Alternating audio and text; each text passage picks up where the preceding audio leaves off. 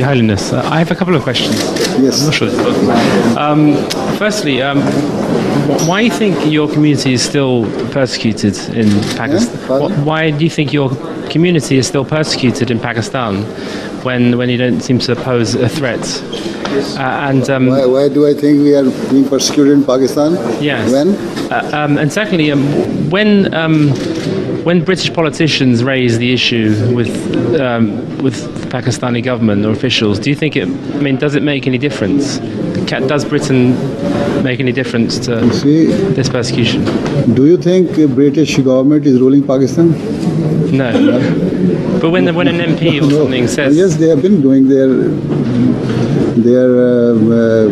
they're quite generous to us, that they have been favoring us by requesting the Pakistani government. But this is a matter of now, at present Pakistan is in the hands of extremist mullahs.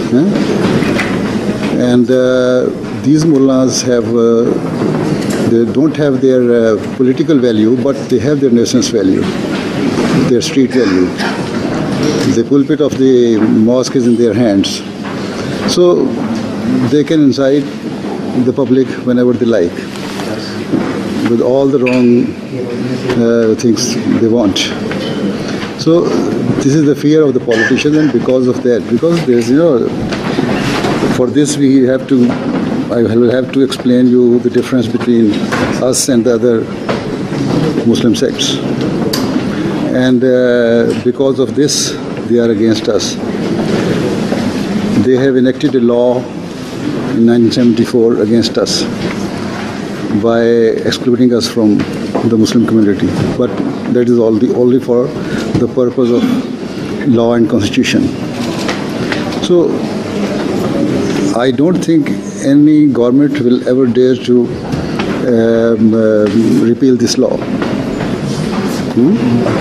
So as long as this law is there, these mullahs have a license to do whatever they like to us, right? So, and it is in the hands of God what we believe, not in the hands of any government.